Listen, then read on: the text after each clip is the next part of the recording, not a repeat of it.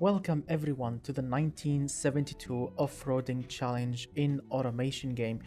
As you can see, the whole story started in World War One when armies needed something absolutely tough that can go off-roading, that can take all the troops, and of course the story continued not only in war times, also evolved into peaceful times with of course the Jeep, and of course going over that in Germany there was the Mercedes Unimog, and of course in America there was also the Humvee and much more, and of course in Britain there was also the Land Rover. So in this challenge, gentlemen, we'll be exploring the 1972 off-roading challenge, a very awesome challenge that everyone voted for on Discord, the link in the description below. So let's explore all these amazing rules together and let's see what you will be doing.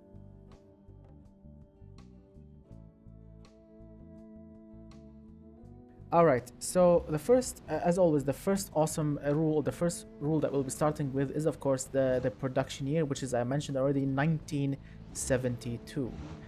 Next rule, of course, is the body type, the allowed body type. The only allowed body type in this challenge is the SUV's body, no pickup trucks, nothing else, just SUV bodies in 70s era and below.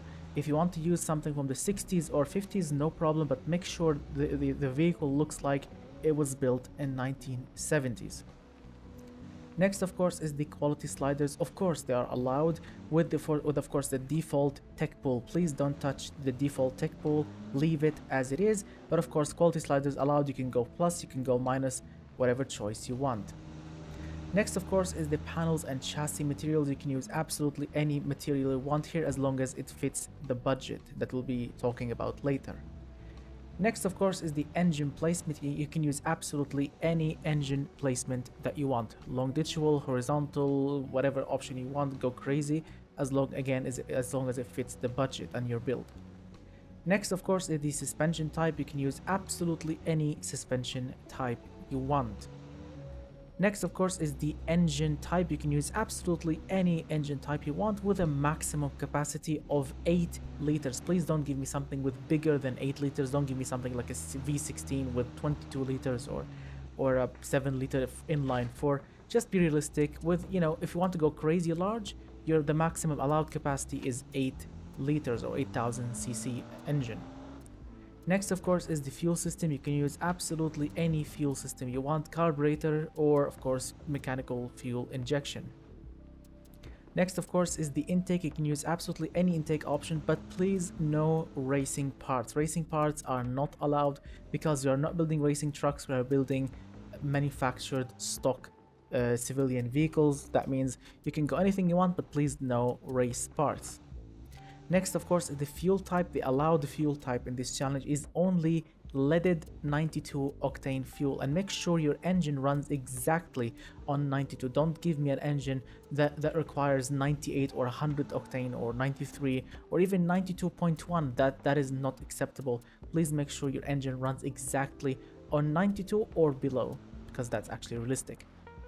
Next, of course, is the exhaust system. You need to use at least one muffler, and as I mentioned before, no race parts, please. Next, of course, is the drivetrain. The only allowed option in this challenge is 4x4, please. Only 4x4. No rear-wheel drive, no front-wheel drive, nothing, and also no all-wheel drive.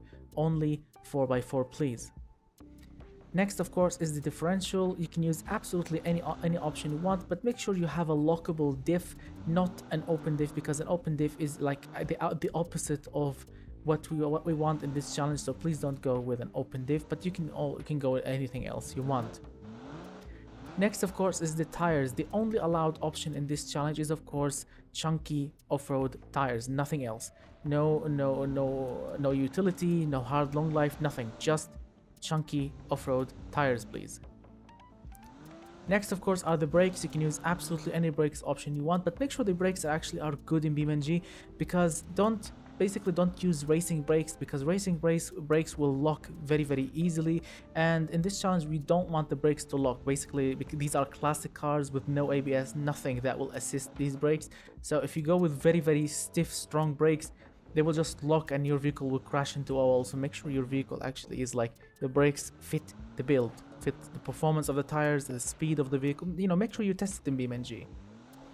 Next, of course, we have the aerodynamics. Well, it's a brick. All these cars are basically bricks, so make sure your vehicle, you know, for example, the engine does not overheat. The brakes have some airflow to cool them down. You know, make sure these stuff. But you know, downforce, well, nothing in this channel. These are basically 70s bricks. So yeah, just do whatever you want to do with in this area. Make sure, of course, as I mentioned, the engine doesn't overheat. Yes. Next, of course, is the seats or the interior. Yes, my friends, interior are required with a minimum of 5 seaters in any arrangement you want. You can go 2-2-2, you can go 2-3, whatever option you want, as long as your vehicle seats at least 5 people. Next, of course, is the entertainment. Entertainment in this challenge is optional. If you want, you can put something, an entertainment system, any option you want. If you don't want, you can go without it to save weight and money. But you know, this will kill your comfortable points or comfort points. So make sure you choose wisely. Next, of course, is safety. Obviously, safety is required. We are not building death traps here. So make sure your vehicle has at least 20 safety points. Next, of course, is the suspension setup. Make sure your vehicle actually has the appropriate suspension setup for off-roading. You know, test it in BeamNG. Make sure suspension actually works well. And of course, make sure that you have at least 10 comfort points, because we are not building racing cars. We're building basically off-roaders or SUVs. You know, these things are not Rolls Royces, but they have some comfort, you know, when it comes to suspension travel and all of that. So let's say 10 comfort points at least. Next, of course, is fuel economy. Fuel economy. Yes, I know these are bricks. I know these are 1970s vehicles, but they are not dragsters. But they still need to be used by normal people, and you know, save up a little bit on fuel. So let's say 10 US mpg is the minimum required for fuel economy here. Next, of course, is the budget or the approximate price or the approximate cost in this challenge, which is maximum $12,000. Please, no more than that. Make sure your vehicle does not cost more than that. And I'm talking about approximate cost, not material cost. Material cost, I don't care about it, but approximate cost, $12,000 max. Next, of course, make sure your vehicle has no red warning lights, please. No red warning lights when it comes to anything, suspension, chassis, body, engine. Make sure also your engine has absolutely zero stress when it comes to, you know, torque stress or RPM stress or even power stress. Your engine needs to be running happy green with absolutely zero stress on any moving part. Next, of course, is the looks. Well, this is very important because we're building off-road vehicles. Make sure your vehicle looks the part, looks tough, off-roady, with with all the necessary bits to make it, you know, tough and strong and dependable. If you have no idea, or actually if you don't know what I'm talking about, Google some 1970s off-roaders and just get inspired. Take a look how they did the lights, how they did the interior, the exterior, the bumpers. You know, try to copy them or go with your own style. Yeah, because that's really cool also. So yeah, I'm really cannot wait to see what you guys will be making. And the final bit in this challenge, which is of course the deadline. Today is the 24th of November, which means and everyone else voted actually for 2 weeks, because apparently 1 week is not enough.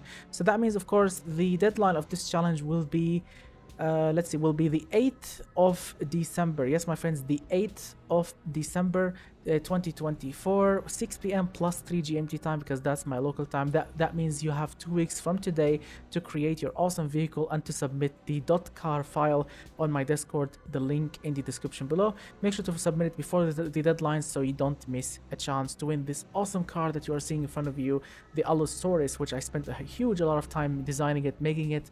And as you can see, it's absolutely awesome to drive in BeamNG. So the winner, of course, or the winners, because we do have 3 winners in all the challenges that we'll be making. The first winner is, of course, the fastest off-roader. The second one is, of course, the prettiest off-roader with the most amount of crazy, beautiful details. And the third one, which is, of course, the best made automation vehicle with the highest TCP or total category points, these 3 winners will win the keys to this awesome vehicle that you are seeing in front of you. So yes, good luck to everyone. I really cannot wait to see what you guys will be making, and I'll see you gentlemen hopefully in 2 weeks. But of course, during these 2 weeks I'll be doing a lot of Twitch broadcasting and probably some YouTube videos, so subscribe and make sure that you follow us on Twitch so you don't miss any future broadcasts. And yeah, it's gonna be absolutely fun. So that's pretty much it, gentlemen. I really cannot wait to see what you will be making. I'll see you gentlemen hopefully in 2 weeks with your amazing cars. Thank you so much everyone for watching. Thanks a lot for all the people who supported me on my Patreon page or in my Twitch, subscribing, dropping bits and cheers. Huge thanks for all these awesome legend guys, and of course for everyone for subscribing and for watching. Thank you so much, and don't forget to hit the like button, and I'll see you gentlemen very soon. Thank you so much for watching, and goodbye for now, my friends.